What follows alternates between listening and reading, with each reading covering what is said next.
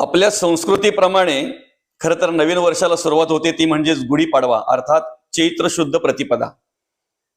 पण आपण अनेक जण 1 जानेवारीला नवीन वर्षाच्या शुभेच्छा देत असतो.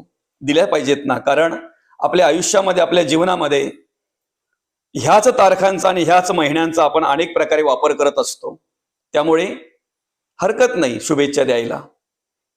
पण प्रत्येकाच्या तोंडामध्ये एकच शब्द ऐकायला मिळतोय, वर्ष बदलला, वर्ष बदलला, वर्ष बदलला. वर्ष बदलला म्हणजे नक्की तरी काय बदललं हो? काही बदलत नाही. फक्त बदलतोय तो आपल्या भिंतीवरचा कॅलेंडर. ह्या वर्षामध्ये ह्या तारखेला अनेक जण वेगवेगळ्या प्रकारचा संकल्प करत असतात. पण ते संकल्प टिकतात किती हो?